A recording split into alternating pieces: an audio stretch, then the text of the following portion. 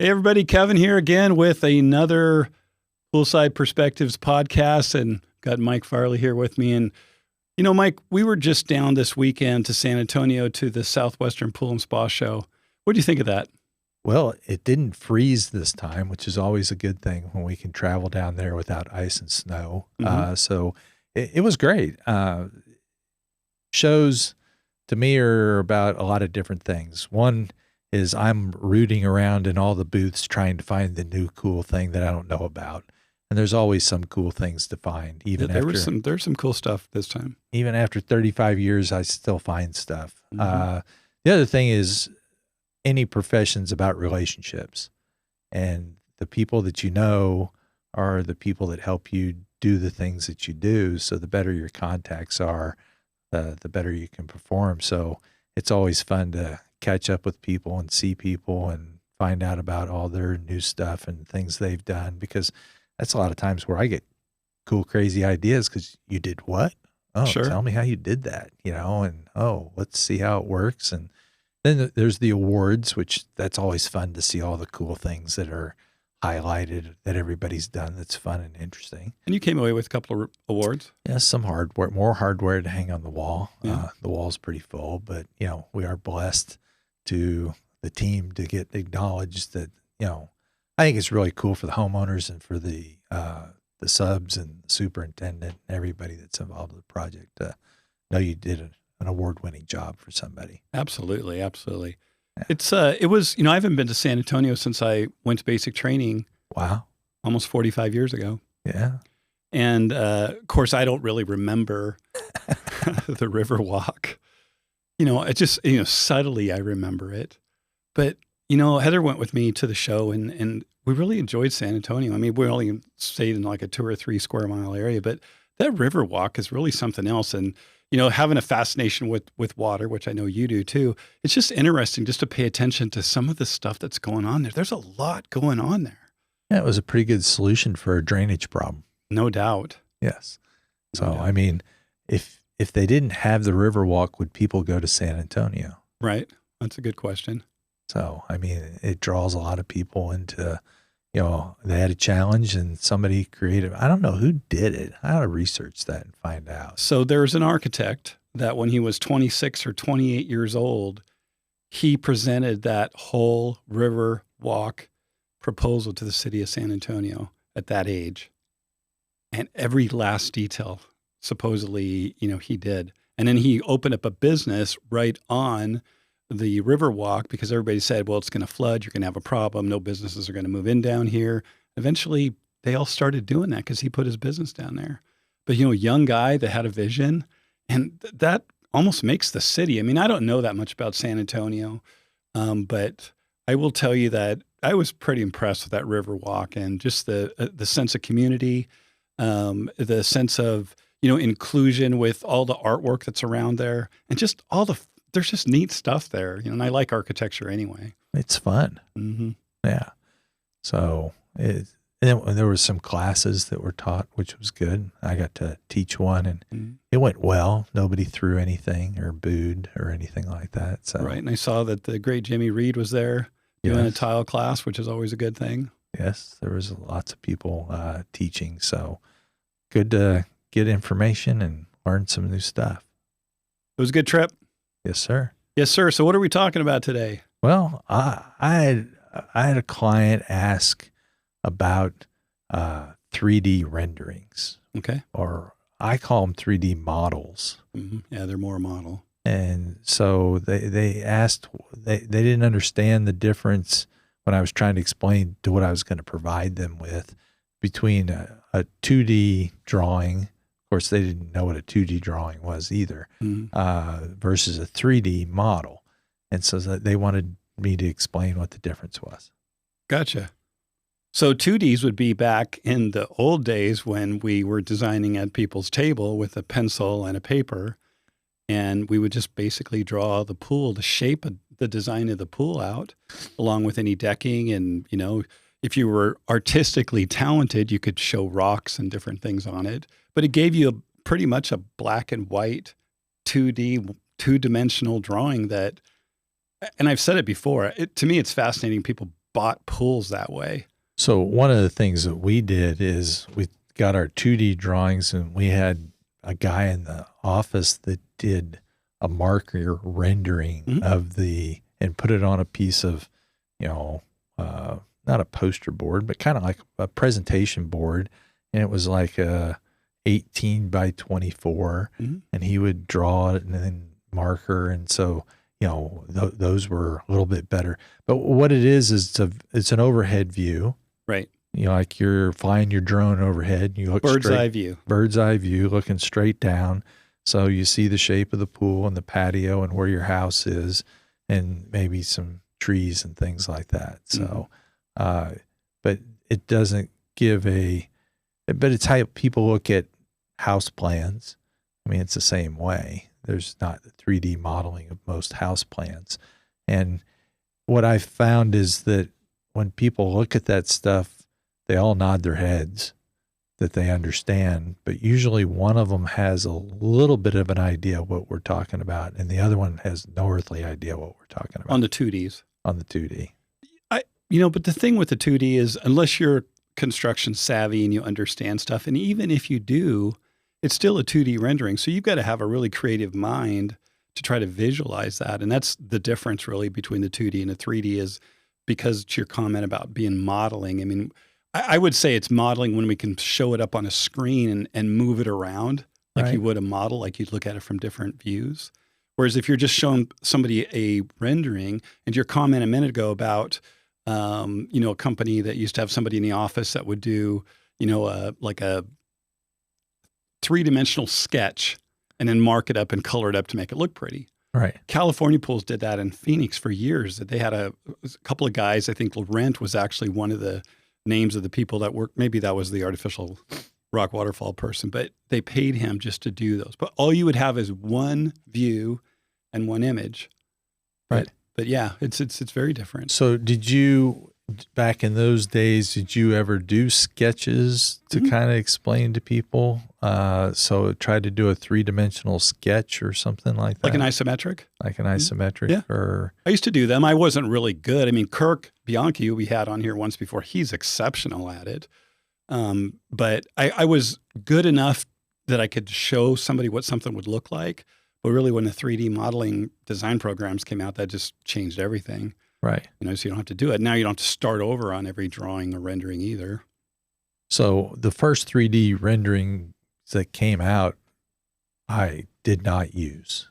There were several programs that were out that I didn't think were very good. And then the one that finally came out was kind of a knockoff on the Sims game. So at least that's what my kids explained to me. And from what I understand, that's where that's where Noah and his friend got the concept from, was that game. And I guess it was Noah's dad that was a pool salesman in Vegas. I did not know that. Yeah, I believe that's how it went. And he said to his dad that he could help him with his presentations and he'd like to show him. And he was like, oh, sure. Like, knock yourself out.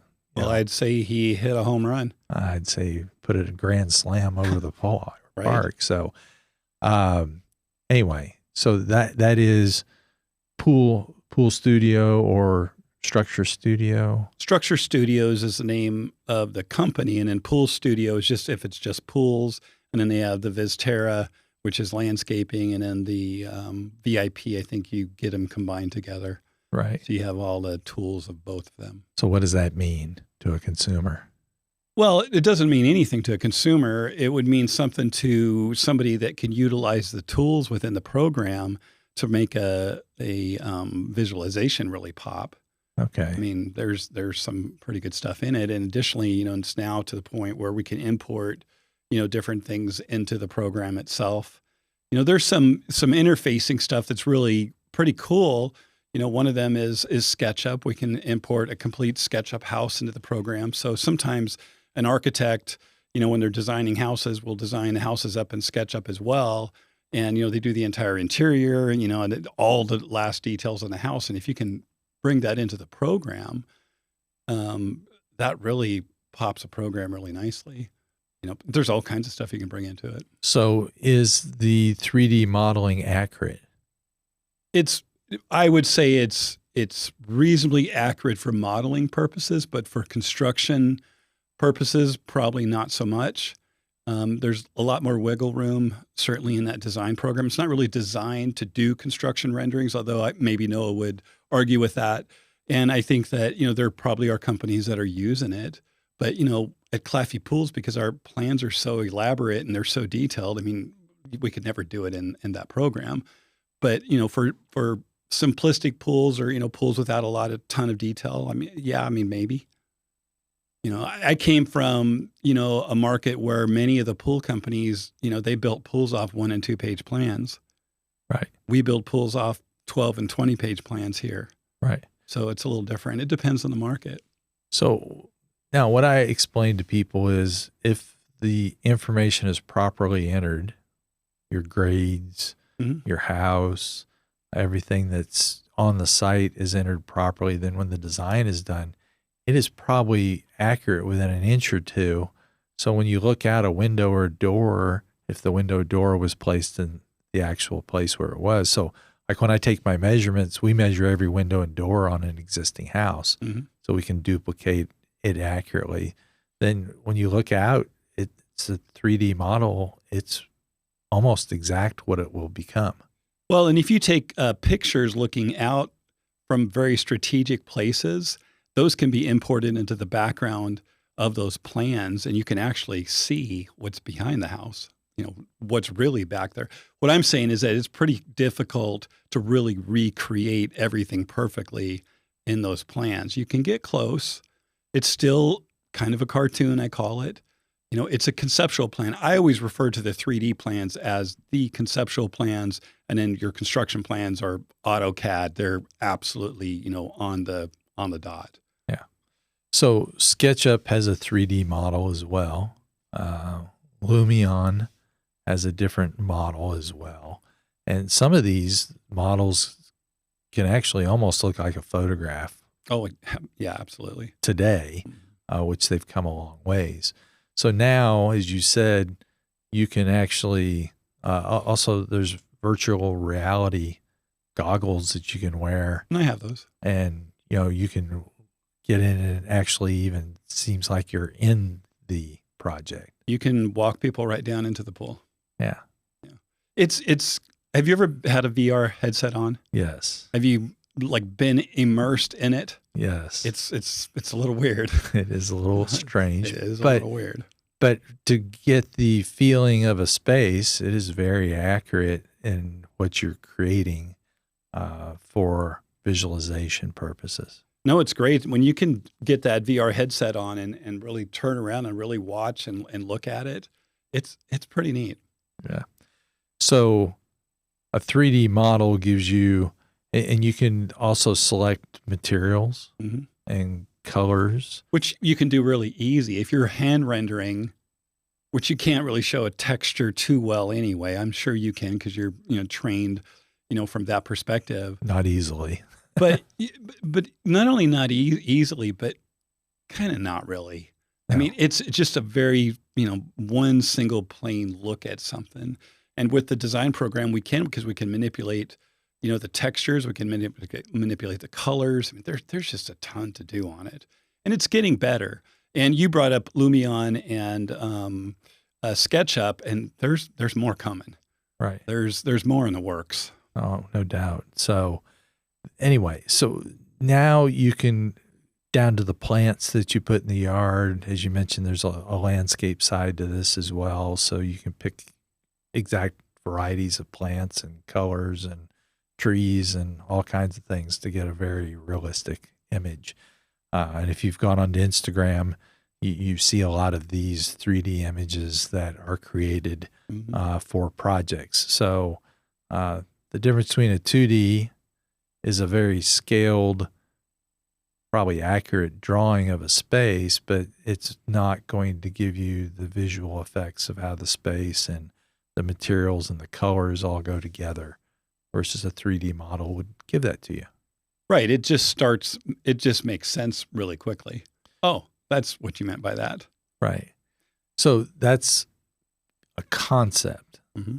Okay. So what's the difference between a concept and a working drawing? Because you mentioned that. Well, I'm saying that the conceptual plans and 3D renderings, because we can't emulate the exact world perfectly. That's a concept. Right. But an actual construction rendering would have the construction details, all the line items, every last pertinent piece of information for each individual thing on that pool. Whereas the 3D renderings, you're really not getting all that stuff. You're getting an idea of what that's going to look like, a really close idea. But it's just pretty. Yes. And pretty does sell. Right. Especially if it's my wife, if it's sparkles, if it's, All right, Mike, I got a word for the day. I think people need to understand. Actually, it's 2 words. We'll just do 1 word at a time. Okay. I can maybe handle 1 word. They are tied together. Tied together. So there is like a connection with these 2 words. So I'm thinking you're going to be okay. Okay. Okay. The word is tread and riser. Oh, don't tread on me. That's a very popular saying in Texas. Yeah. That's a yellow flag, isn't it, with a snake on it? I think so. Mm-hmm. I don't know. I just have a plain Texas flag. I just to get off on another little tangent here, which I do from time to time. We're going to be moving into our new place in a couple of weeks, and I cannot wait to get the flagpole up. Oh, cool. I have looked forward to having a Texas flag and an American flag flying in my yard since I got here. Well, congratulations. Coming soon to a home near Kevin. All right. So a tread. So a tread is something you step on. So it's horizontal. It is. Well, it works best that way. Right. So a tread is a part of a step. That is funny. It works best that way. Yeah. The riser works best vertically, right? Going up and rising. Oh, man, I'm glad you're here. That's hilarious. Well, my rocket brain, I had to think of these things so I didn't get them confused, because at points in time during my early days that would sometimes happen. So, but basically you have a tread that you step on for outdoor spaces that a lot of times is a 12-inch tread. That's very common. And then you have the distance that you step down or step up. Let's go up since you're rising up. Yes. So the riser is 6 inches typically with outdoors. Now, you do have people that sometimes want a bigger tread. So next common one, which is not very common, but if someone's going to do something, sometimes they do 15 inches. But landscape architects really like 18-inch treads. Mm-hmm. Now, if you do an 18-inch tread and you do a 6-inch riser, you will stumble. Mm-hmm. It's not a comfortable ratio. So there's a ratio that we learned in college, and I believe it's 2 risers plus a tread equals 22 to 24 inches. So if you have 2 18s, that's 36. What you have to do is you have to shorten, 18, then you have 2 risers. You have to shorten the riser. So you want more like a 4 and 18 instead of a 6 and 12. And then you can comfortably walk up those steps. It's really funny. You ever walked up steps and you stumbled walking up them? They feel weird. Oh, I've never stumbled. Oh, well, good for you. I have lots of times. So the other thing is when you do your risers, you want them to be uniform throughout a project. It's based on muscle memory. If you do a 6, a 6, and a 6, and then, we throw in a 7 at the end, everybody will stumble on the 7. Yeah. So from what I understand, here in Texas, the maximum you can do for an outdoor riser is 7 inches. That makes sense.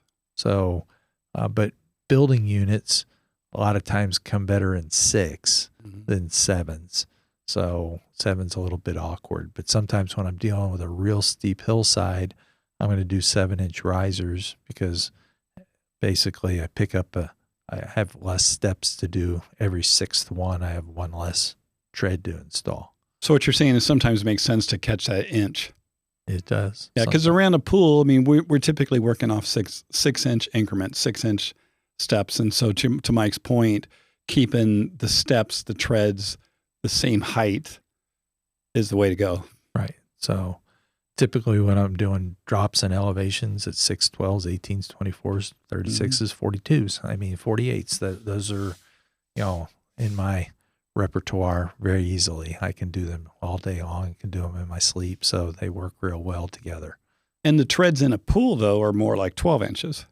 Okay. So that's a good question to ask. So in the United States, the pool industry standards allows for a maximum of a 12-inch riser. So the reason why is because of buoyancy. Sure. So as you go into water, you have a tendency to float a little bit more, so you can have a greater riser. But in Europe, if you go to Europe, they do typically like a 6-inch riser. In the pool. You'll see the much more gradual steps. I've also had clients that, and it's important to know that might have arthritis really bad, that have a problem with the larger steps, that we've added steps and had different ratios. But it's something to discuss if it's important to you, and it can be accommodated. Sometimes a ramp even is something to think about, but that's way from the definition of tread and riser. Yes. Yes, it is. Have we covered it? I think so. I think that's a good explanation of that. Awesome. All right, Mike. Yes, sir. You've got another question for me. Yes, Kevin. So there was a discussion earlier. We came up with the word speakeasy, and that we were trying to figure out what that is. And you did some research and figured that out. I did. And I got the word came from it, which I struggled with coming up with, from a job that I saw that Lucas Lagoons had posted on social media. Yes. And he called this room a speakeasy. Gotcha. And I'd never heard that term before. And so I kind of put it off to the side a little bit and didn't think about it until we were talking earlier. And I was trying to come up with a name again. But a speakeasy, back during Prohibition, back in the days when liquor and alcohol was illegal, they would build these secret rooms, these caves or whatever, and they called them speakeasies, and people would go there and they would drink. They'd mix their alcohol and they do that. So it's kind of like a hidden bar. Okay. So, you could have a grotto, and you could have a cave, and then you could have a full-on speakeasy. Wow. Might as well have a spa in there too. And I think that's probably pretty much what was at the Playboy Mansion was the speakeasy style cave in there. Cause I think you could go all the way back in there. Did you ever go there? No, sir. I mean, I've never been there either. I have been to the Hearst Castle though. I've been there as well. Yeah. So they didn't have a speakeasy. They did not have a speakeasy. They have an indoor pool. Yes, they do. With gold tile, which I thought was pretty amazing. But that's for another day. But speakeasy. So it's a hidden room, and sometimes in the South they were caves, or rooms that were hidden, like basements and things like that. But what an odd name. I mean, speakeasy. I guess that meant you could go there and you could speak easy. Speak freely. Speak freely. Yeah. Yeah. Well, you have a lot of people speak freely. Well, he's done a number of pools that have those on them because, they do some pretty crazy things, but pretty cool. Awesome. Well, thank you for that word. Yes, sir. And a new goal of mine, because I haven't ever done a speakeasy, so I guess I'll have to work at that. It's a goal of mine now, too. Okay.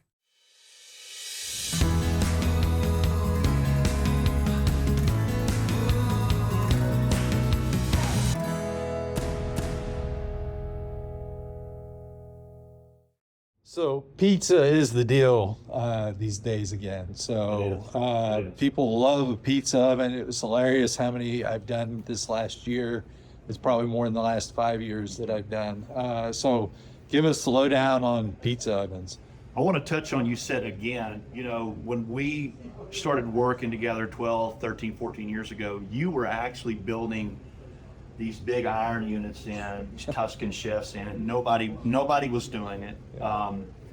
It's revisited. We talked about how this category mix, that we sell, what's a hot item right now, and it is pizza ovens. 100%. There's a lot of different pizza ovens on the market. Why we choose to go with Alfa, they're out of Italy. It's a true Italian oven.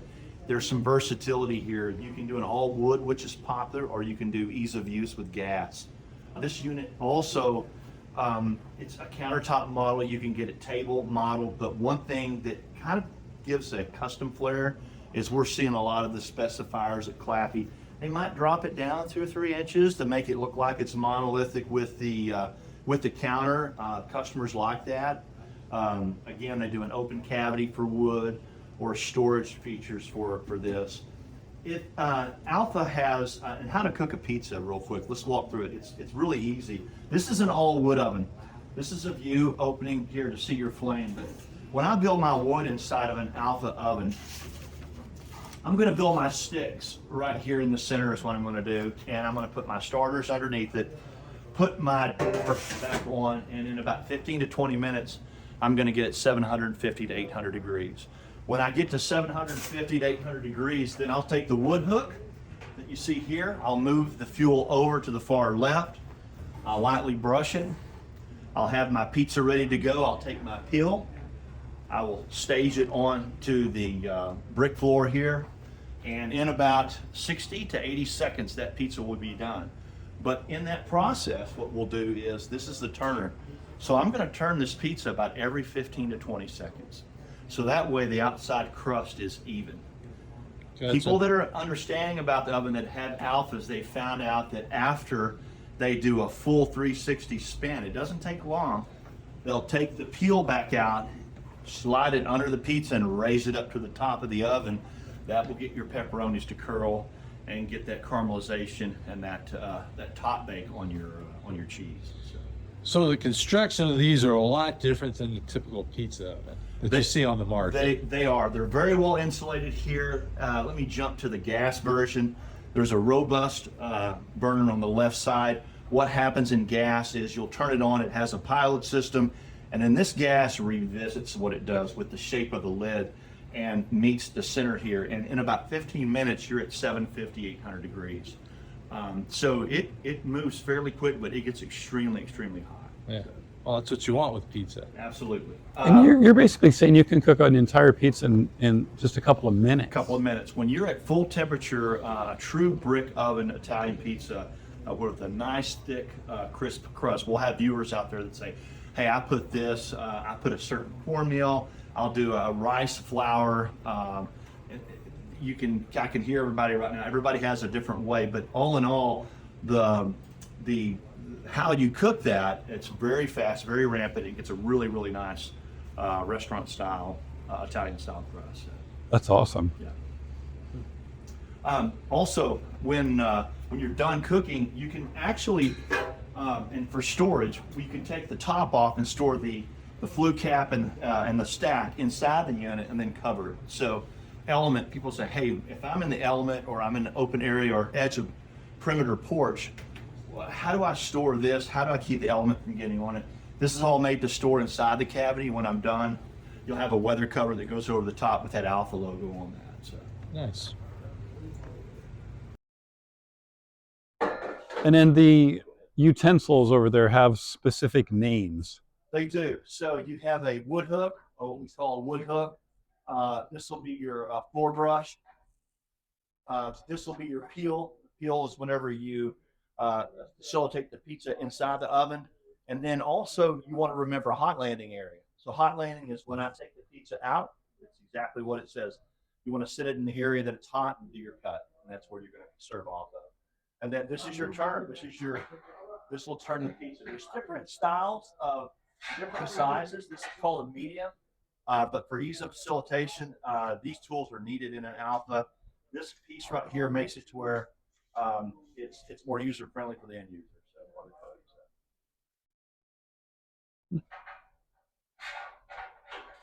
Are there other things that, maybe this is a silly question, but for a pizza oven, I mean, if it's baking or cooking, couldn't you cook other things in it? You can. So what's real popular is a cast iron skillet, and we can sear steaks. You can do fillets, you can do strips. Whenever you have a cast iron skillet, it's probably going to be a smaller profile with what we call a shorter handle. You want high resistant heat gloves, but yes, you can literally cook other things than just pizzas in here. You can do full artesian bread bakes, of course. You can do calzones, but then you can also do cast iron cooking inside of this. Pretty amazing. There's a lot of clients that if they don't have the three-dimensional image, they can't understand what they're purchasing, and they won't. So if they do understand what they're purchasing, then they will. Now, the double-edged sword of it is there people using 3D modeling inaccurately that may misrepresent something that can be built? Well, I think because I use the program all the time. Yes. In order to make a plan pop and look really good, you have to incorporate landscaping and the details around the house. And, you can go to all kinds of effort to recreate something truly, very, very close. And there's some exceptional designers that are just really, really good at it. Brilliant. It's very, very time consuming. But at the end of the day, because we're builders, we're pool builders, we're designers, we're there to build a pool. A lot of that stuff that goes on those plans is there to make that plan pop and make it look really good.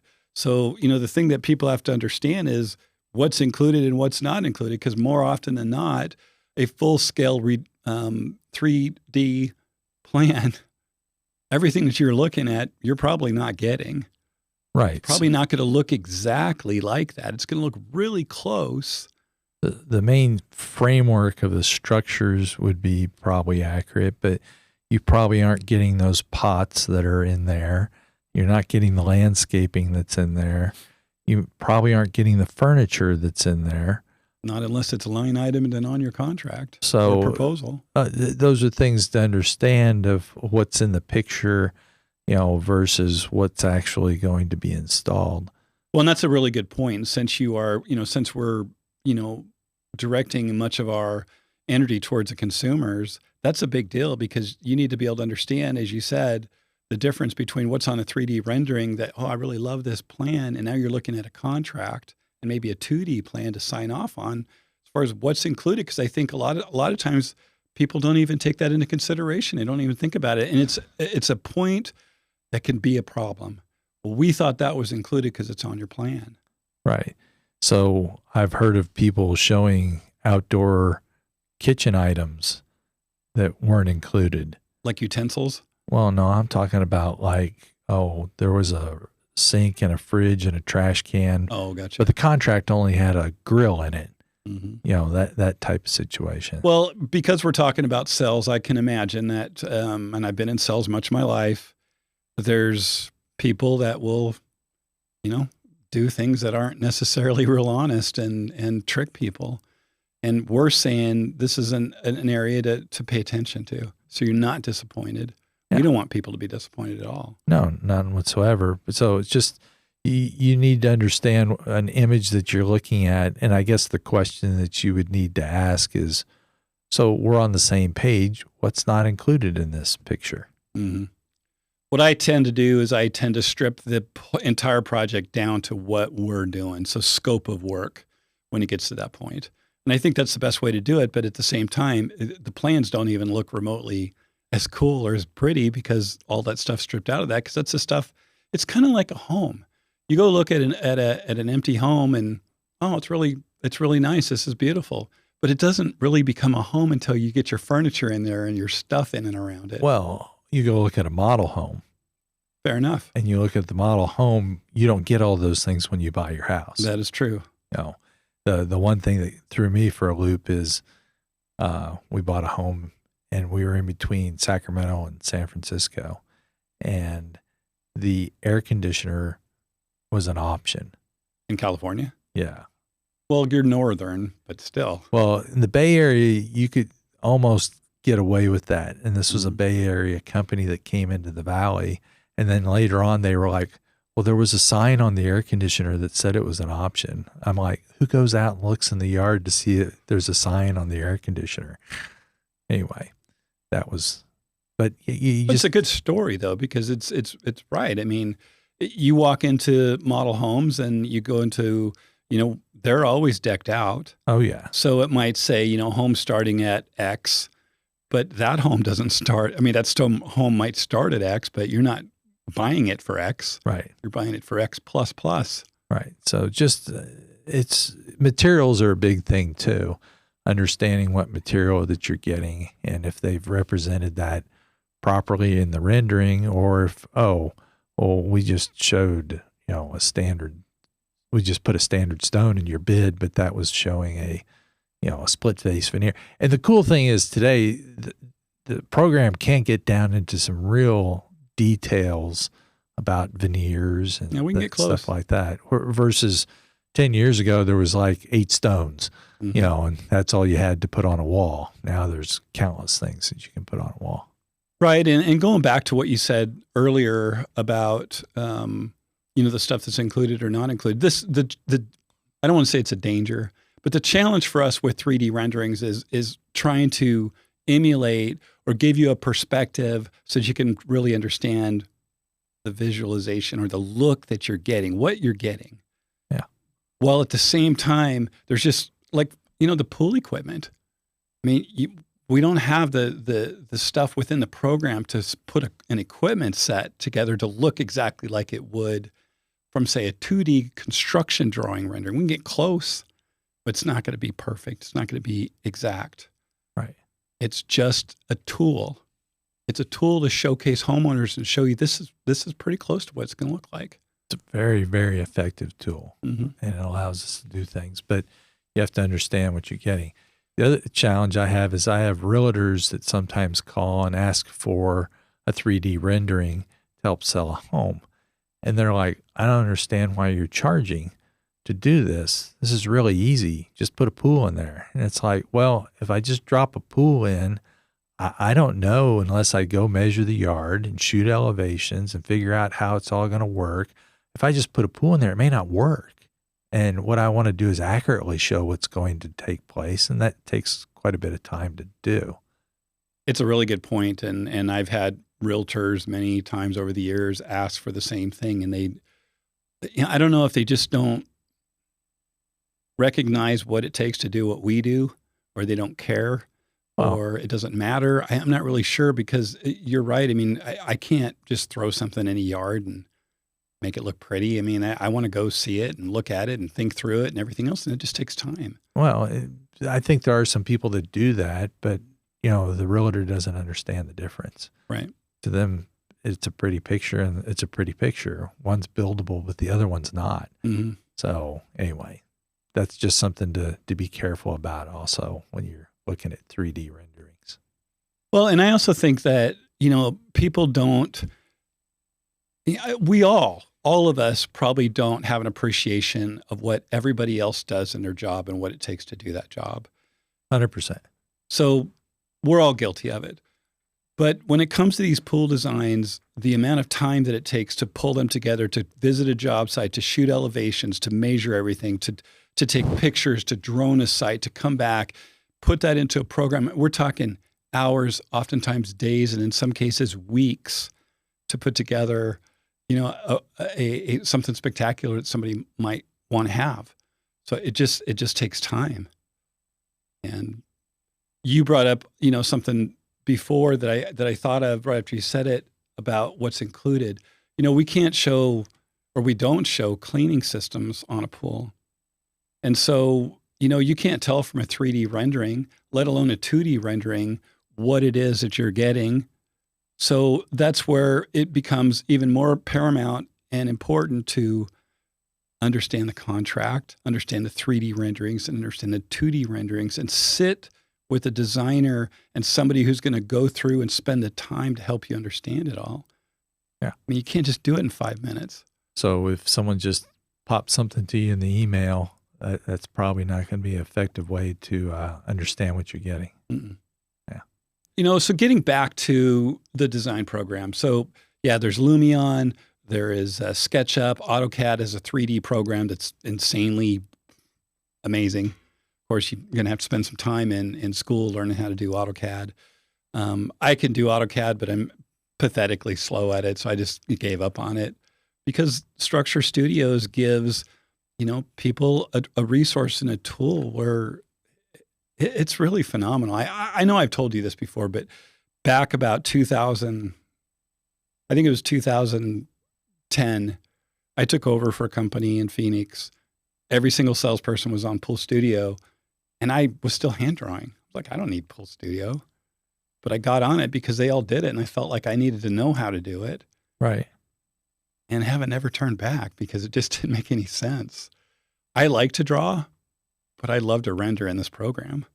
Yeah. So Kurt was talking about that. A lot of people have talked about, it's very user friendly in how it works. In fact, when I first wanted to get it, they were like, we're not about to get this program for you because you've got a computer on your desktop that you haven't turned on in 3 years, and it's a paperweight. So why would we invest in a program and you're not going to use it? And I'm like, no, it'd be really good. And they're like, no, it's not going to work. And they said, you definitely won't be able to work it. I'm like, that's beside the point. So I finally understood that they weren't going to get the program for me. This was in, was it 1993, I think? Which maybe, program? 94. No, 2004. 2004, okay. Excuse me. I was going way back in age. That time is, I remember that time. And so I went and got the cool thing that they did is they allowed you to purchase the program for a month. And if you didn't like it, then that was it. You paid for 1 month and you were done. And so I thought that was a really great idea to get the people in the pool industry to try it. And so I went down and got me a local high school student and said, hey, you want to do 3D modeling for minimum wage instead of working at Subway? And I had 35 applications. So yes, I have never learned how to do structure studios. Yeah, but you are exceptionally well with 2D drawings and renderings because that's how you're trained. I've been doing it for decades. So, and but I have ever since then always had somebody on my team that did do it because it's essential for especially the stuff I do, because most of the stuff I do is on hillsides. Right. That's the hardest thing for people to envision is changes in elevation and how all that works. So, and it's extremely accurate. So wonderful tool. It's a great tool. So absolutely. So we talked about the 3D renderings being more conceptual. Yes. And the 2D being more construction related, or actually like shop drawings or whatever. This is where we have this 3D image over here, but now here's these 2D plans, which are in ultimate layers so that we can build that. Right. So you would take a 2D conceptual drawing and then do layers and layers and layers and layers and layers of details on that to make working drawings. And working drawings are what the crews and the superintendent and the subcontractors all work off of to make sure that all the details are spelled out and accurate so they can put this whole thing together. What I wish the program would do is if I could get on Google Earth and I could take a picture, if you will, 3D picture of 6 or 7 or 8 houses, so that the house that we're actually doing the proposal for, you've got all the rest of the houses and landscaping and everything else around it. Because, in the 3D model, unless you make all those other houses and spend the time to build them out, you're not getting them.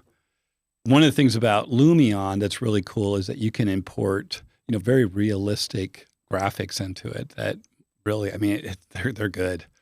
They're good. In fact, on social media, there are pictures of pools and concepts that get pushed out into social media that I look at, and they're not possible to build, but they are amazing in conception. Right. And there's people that see those all the time and think it's a real photo. Yeah, but the cool thing is about it, and it's one of the reasons why I just love this new generation of designers and builders. In fact, I saw a bunch of them at the show. Is it's new minds, new ideas, new things, and they're pushing me.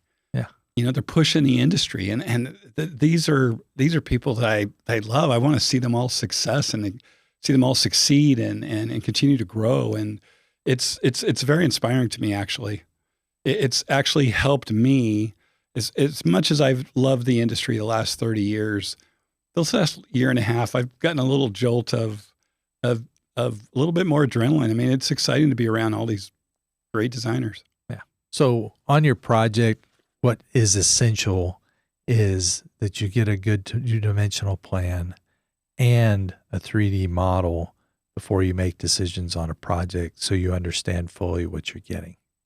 And the contractor, the proposal.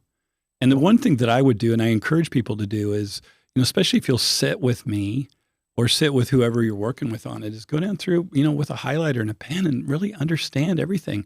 It will solve so many problems by taking that time up front to understand what it is that you're getting, because you've experienced this. I know I've experienced over the years, because we've sent out contracts on Zoom, or not on Zoom, but on DocuSign, FormStack, different, and it'll come back in 10 minutes. And it was just signed. I've signed stuff that I didn't read through the whole thing. I mean, people do that. And what I'm saying is that if you're getting a pool, especially, you're spending some serious dough, you're building this beautiful project for your family or for yourself, understand what it is that you're getting. Because half the time, what I've learned over the years is many people don't even know what it is that they're buying. Right. They trust you. But the thing is, if we didn't understand exactly what you wanted, then we couldn't deliver it. So if we walk through it, then we can all be on the same page. And the 3Ds broke down some of those barriers of not understanding it. Most definitely. But at the same time, that's just, one part of a 3-part thing that's important. So take care of all the parts. All right, great. Okay, well, I think that discussed everything about 3D and 2D images. And so we really appreciate everybody listening today. Hopefully that helps you understand projects better and try to figure out what's going to be best for you. And we really appreciate all the questions that we get. And also, if there's anybody that is on Apple, and if you scroll all the way to the bottom of our podcast, there's a place you can do a review. And those are really helpful, so homeowners can find out this information. If you got a friend or a realtor or someone that might benefit from this information, we'd love if you passed it on. Absolutely. Thanks, everyone. See you next time. Have a good one.